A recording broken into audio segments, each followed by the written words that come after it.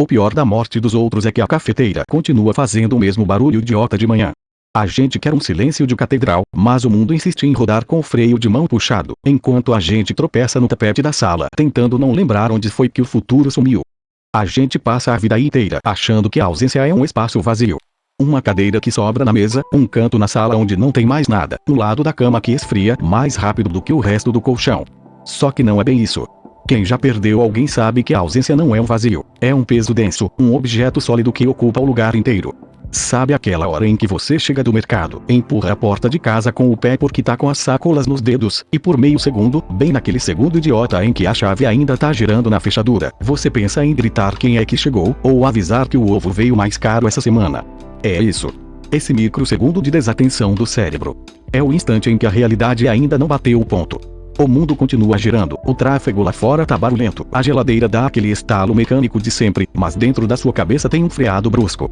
Um carro que bateu contra uma parede invisível. A gente vive cercado por uma pressa social de que o luto tenha prazo de validade, como se fosse iogurte na prateleira. Tem o dia do velório, que é um teatro esquisito onde todo mundo sussurra, aperta a mão da gente com força demais e diz frases prontas que parecem sair de um manual de instruções mal traduzido. Agora descansar, fez a passagem, a vida continuar. E a gente acena com a cabeça, com os olhos vermelhos, fingindo que entendeu a lógica desse relógio social que quer que a dor seja rápida para não incomodar a paisagem. Depois vem a semana seguinte. A tal da rotina voltando a dar ordens. O grupo do WhatsApp da família que vai silenciando aos poucos, as figurinhas de bom dia que voltam a pipocar, o e-mail de trabalho que chega cobrando o prazo. E é aí que o bicho pega, porque o mundo decide que o luto acabou só porque o imposto venceu e o pão na padaria continua custando o mesmo preço. Só que ninguém avisa o seu café da manhã. Ninguém avisa o rádio do carro que toca aquela música idiota que a pessoa tarimbava junto, batendo o dedo no painel. Roland Barthes escreveu um livro inteiro só sobre isso depois que perdeu a mãe dele. Um diário de luto que ele anotava em pedacinhos de papel, retalhos de tempo. Ele dizia uma coisa que desmonta a gente, que a dor não é um estado contínuo, mas uma série de choques, de repetições imprevistas. Não é uma tristeza cinzenta que fica estacionada lá no fundo. São pequenas lâminas que cortam quando a gente menos espera. Barthes chamava isso de punctum, aquele detalhe mínimo que fura a nossa defesa. É o tipo de coisa que acontece numa terça-feira comum, quando você vai limpar a gaveta do remédio e acha uma cartela de dipirona pela metade, com a letra da pessoa escrita a caneta preta na bordinha de papelão. Tomar de 8 em 8 horas. Pronto. Desabou o cenário. Parece besteira pra quem tá de fora, mas pra quem tá vivendo aquilo, aquele pedaço de papel rasgado é o universo inteiro resumido numa caligrafia conhecida. A gente tenta domesticar a morte. A gente inventa eufemismos pra não ter que encarar a palavra feia. A gente diz que a pessoa partiu, que descansou, que foi pra um lugar melhor. Como se a morte fosse uma viagem de férias prolongada pro Caribe, com direito a passagem só de ida e sem sinal de celular. Mas a verdade seca, essa que a gente empurra pra debaixo do tapete porque arde os olhos, é que a morte é uma falta de tradução absoluta. É um ponto final colocado no meio de uma frase que ainda tinha muita linha pra gastar. E o pior de tudo não é nem a falta que a pessoa faz no domingo à tarde, quando o sol começa a baixar e a casa fica com aquela luz amarela e preguiçosa. O pior é o susto de perceber que a vida continua boa em alguns momentos. Sabe aquela culpa cretina que dá quando você solta uma risada genuína de uma piada idiota na mesa do bar, e no segundo seguinte o seu estômago aperta porque você lembrou que a pessoa não tá ali pra rir junto. É uma armadura invisível que a gente veste. A gente se sente culpado por continuar tendo apetite. Como se rir fosse uma traição, como se esquecer um detalhe do rosto da pessoa fosse um crime imperdoável contra a memória dela. A memória, aliás, é uma traidora profissional. No começo, a gente tenta segurar a imagem da pessoa com a mesma força de quem segura água na concha da mão. A gente tenta lembrar o timbre exato da voz, o jeito que a pessoa pigarreava antes de contar uma história longa, o cheiro do casaco que ficava pendurado atrás da porta. E aí, com o passar dos meses, a água vai escapando pelos vãos dos dedos. A voz na nossa cabeça começa a ficar meio borrada, como fita cassete gasta de tanto tocar. E é aí que vem o desespero silencioso, o medo de esquecer. Tem dias que a gente conversa sozinho pela casa. Não é loucura, não é delírio de quem perdeu o juízo. É só uma necessidade física de preencher o ar com som humano. Você pega a xícara de café, olha pro canto da cozinha e solta uma frase solta, tipo você acredita no preço que tá o tomate. Esperando o vácuo responder. E o vácuo não responde, claro. O vácuo é só silêncio. Um silêncio pesado que tem cheiro de cera de chão e poeira suspensa no facho de luz da janela.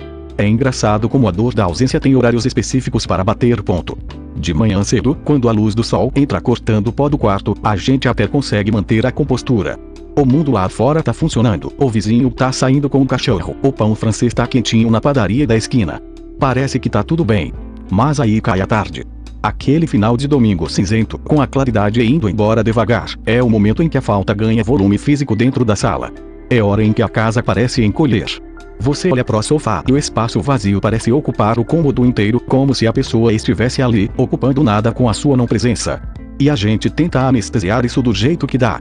Tem gente que limpa a casa até o chão brilhar, esfregando o rejunte do banheiro como uma escova de dentes velha, como se a sujeira física fosse a responsável pelo aperto no peito.